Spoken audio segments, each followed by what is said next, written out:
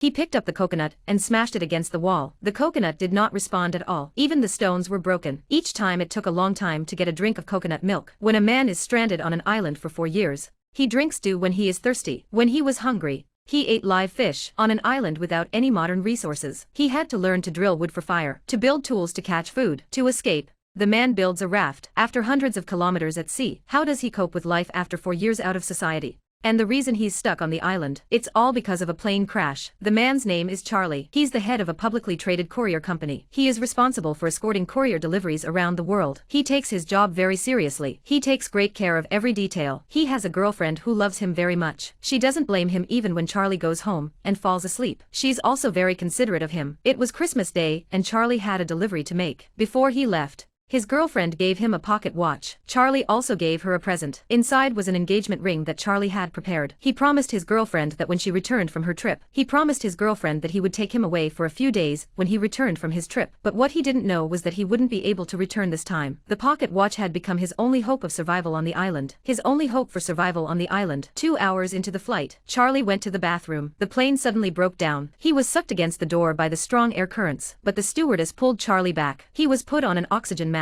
The turbulence caused the plane's engine to catch fire. The plane was forced to land in the sea. Luckily Charlie was not far from the door. Charlie opened the lifeboat and took him straight to the surface. By now the plane was submerged in sea water and fire. Charlie climbs into the lifeboat as he watched the plane sink into the sea. The next day Charlie woke up in the lifeboat. He found himself on an island. He rushed to pull out the pocket watch his girlfriend had given him. It was broken, but the picture was intact. He shouted from the island, longing for someone to answer him at that moment. But all he got was the endless sea. Then he used trees to set up letters on the beach to call for help. Then he made a simple accommodation for the lifeboat. Looking at the picture of his girlfriend in front of him, Charlie made it through the first night. The next day he found a lot of deliveries floating down the beach. He collected all the deliveries, looking forward to getting back and delivering the deliveries to his customers. He was thirsty and hadn't had any water all day. He was now thirsty. Suddenly a coconut fell down. He picked it up and smashed it against the wall. He hit the coconut with a stone, and there was no response. Even the stone was broken. One of the broken stones was very sharp, so he used the stone to cut the coconut open bit by bit. After a long day of drinking coconut milk, then he climbed to the top of the mountain. He found an island in the middle of nowhere, and then he saw something floating on the sea. He ran down immediately. He found that it was his best friend from work. Charlie was devastated but soon came out. He took off his colleague's shoes. He trimmed them and put them on his own feet. He searched the body and found a torch. Then he dug a hole and buried his colleague in it. A tombstone was carved in stone on the wall. Slowly the coconut was drained. Terry could only drink the dew from the leaves of the trees. Then the coconut shells were used to collect the excess dew. When I got hungry,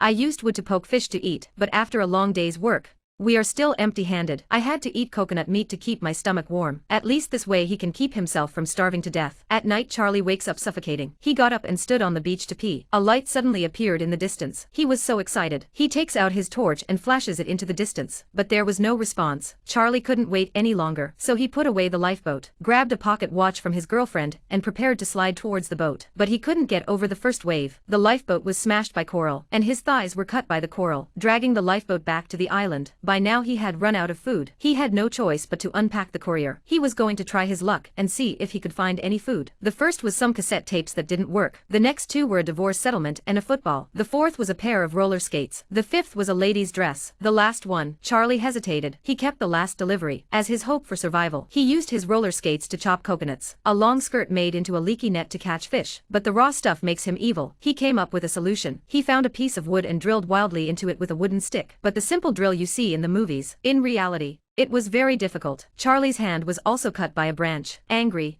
he grabbed a football from the ground. He used it to vent his anger. After a while Charlie calmed down. Looking at the blood on the football, he drew a human face on it and gave him the name Wilson. Then he wrapped the wood in a bag from the delivery so he wouldn't cut himself again. But the work was good. The wood chips smoked. He looked down and blew on it and it caught. Charlie has managed to start a fire. At this point he is happy as a child. He's more excited than if he'd hit the jackpot. At night he lies down by the fire and roasts a crab. He can't wait to see the crab in front of him. He picked up the crab and savored the seafood. Wilson has also become his moral support. He would talk to him when he had nothing else to do. The next day the wisdom teeth in his gums became inflamed. The pain was excruciating, so he put his roller skates on the wisdom tooth. He took a stone and hit it hard and knocked the wisdom tooth out of his gums. He collapsed.